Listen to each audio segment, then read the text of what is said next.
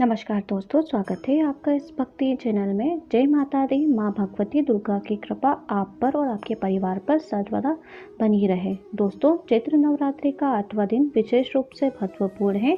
आज के दिन कई लोग व्रत का समापन करते हैं, हवन करते हैं, कन्या पूजन कराते हैं और कई लोग नवमी के दिन में हवन कन्या पूजन कराते हैं, व्रत का समापन भी करते हैं। व्रत का समापन चाहे आप अष्टमी या नवमी को करें।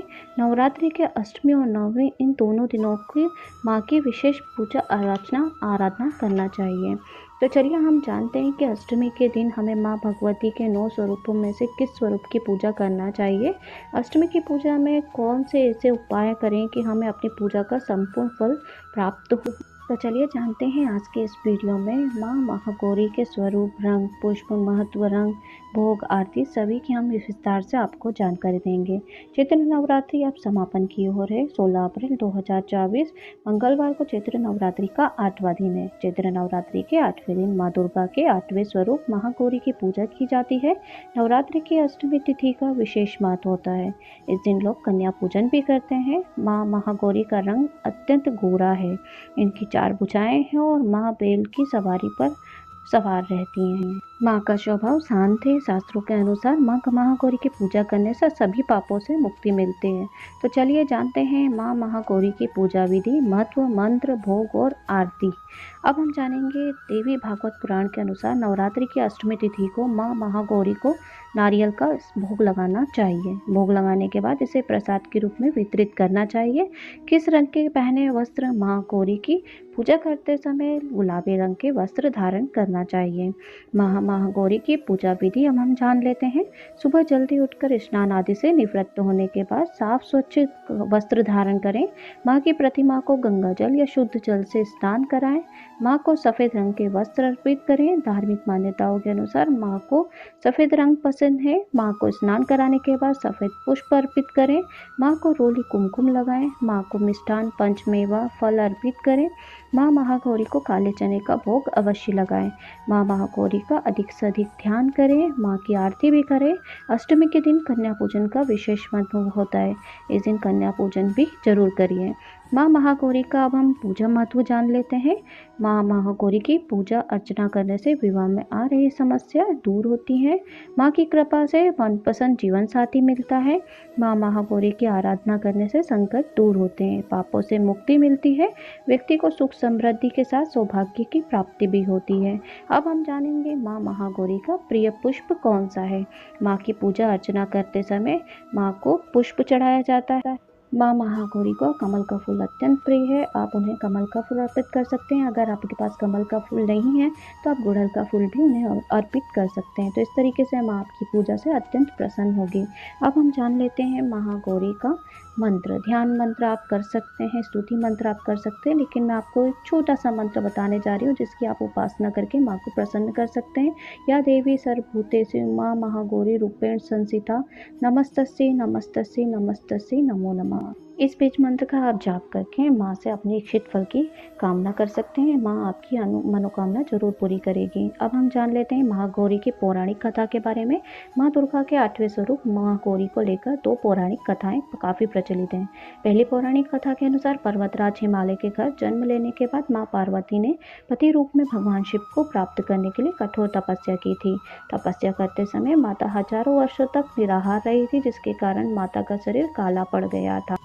वहीं माता की कठोर तपस्या से प्रसन्न होकर भगवान शिव ने मां पार्वती को पत्नी के रूप में स्वीकार किया और माता के शरीर को गंगा के पवित्र जल से धोकर अत्यंत कांतिमय बना दिया। माता का रूप गौरवर्ण हो गया, जिसके बाद माता पार्वती के इस रूप को महागौरी कहा गया।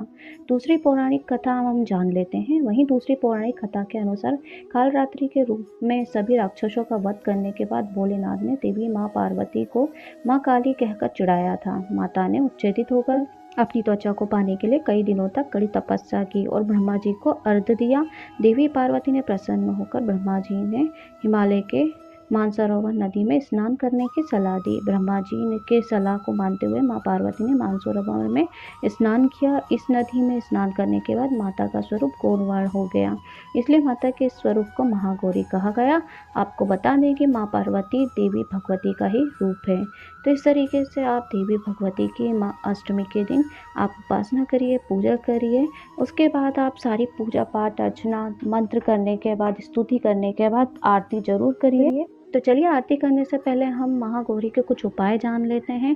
अष्टमी नवमी की जो पूजा है वो बहुत ही ज़्यादा खास होती है। इन दिनों में की गई सारी मनोकामनाओं को पूर्ण करती हैं माँ ज़रूर। तो इसमें कुछ विशेष पूजा का ध्यान करते हैं और साथ में हम कुछ उपाय ऐसे कर लेते हैं तो हमारी पूरी जीवन में, पूरे हमारे साल में कुछ जो परेशानियाँ चल रही हैं, कुछ बाधाएँ आ रही हैं, हमारे शरीर में बीमारियाँ हैं, उनसे हम मुक्ति प्राप्त कर सकते हैं और जीवन में सफलता करके आगे बढ़ सकते हैं।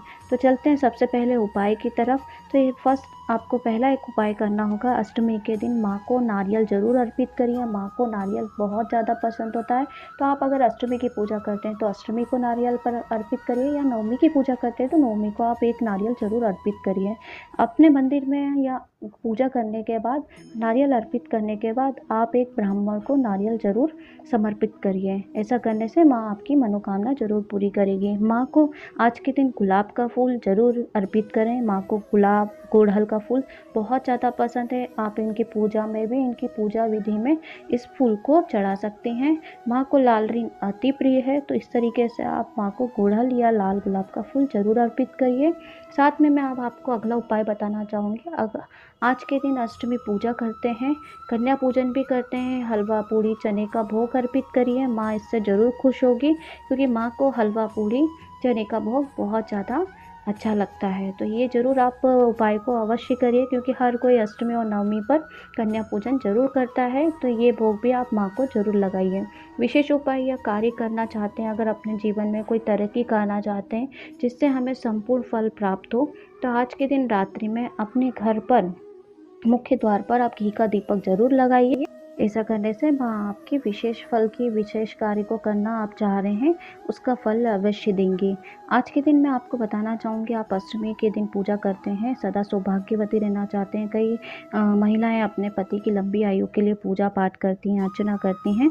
तो इसके लिए ये दिन उत्तम है। आप अपने पति की लंबी आयु करना चाहते हैं, किसी भी सुहागन महिला को सुहाग की सामग्री भेंट करिए। 16 श्रृंगार की सामग्री आप भेंट कर सकते हैं, या आज के दिन आप माता जी के मंदिर में भी जाकर सुहाग 16 सामग्री आप अर्पित कर सकते हैं।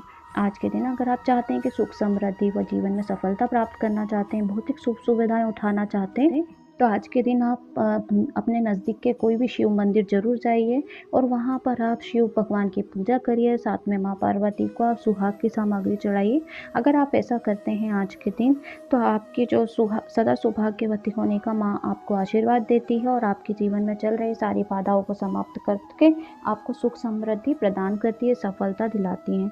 तो इस तरीके से आप माता रानी का पूजा पाठ करिए, अर्चना करिए, माँ आपकी विनती ज़रूर सुनेगी। इस तरीके से आप माँ को 8 गुलाब, 8 कमल के फूल अर्पित ज़रूर करिए। ये भी एक उपाय है। अगर आप माँ को उनकी पसंद का 8 गुलाब या 8 गुलाल के फूल आप चढ़ाते हैं, तो माँ आपकी विनती ज़रूर सुनती है। इस तरीके से की गई पूजा माँ ज़रूर स्वीकार करती है। शुद्ध घी का दीपक जलाइए माँ के मंदिर में, माँ के मंत्रों का जाप करिए, माँ की स्तुति करिए, और आज के दिन दुर्गा सप्तशती का पाठ करना ज़रूर चाहिए। अगर आप जाप नहीं कर रहे हैं तो केवल सुनने मात्र से भी आपको ज़रूर इच्छा फल की प्राप्ति होती है। इस दिन शिव मंदिर जाकर आप भगवान से ज़रूर प्रार्थना करिए, और इस तरीके से की गई पूजा माँ ज़रूर आपकी स्वीकार करेंगी और आपको मनोकामना पूरी करेंगी। एक कारगर उपाय मैं आपको और बताना चाहूँगी।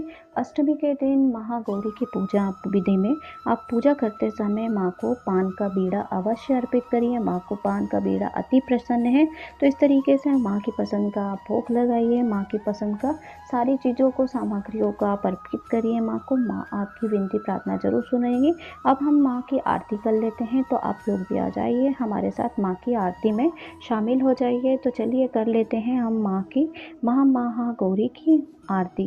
जय महागौरी जगत की माया, जय उमा भवानी जगत की महामाया, हरिद्वार कनखल के पासा, महागौरी तेरा वहाँ निवासा, चंद्रकली और ममता अम्बे, जय शक्ति जय माँ जगदम्बे, भीमा देवी विमला माता, कौशिक देवी जग विख्यात, हिमाचल के घर गोरी रूप तेरा, महाकाली दुर्गा है स्वरूप तेरा।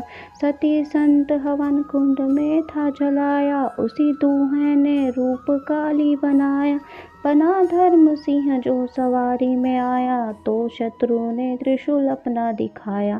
तभी माँ ने महागौरी नाम पाया, शरण आने वाले संकट मिटाया।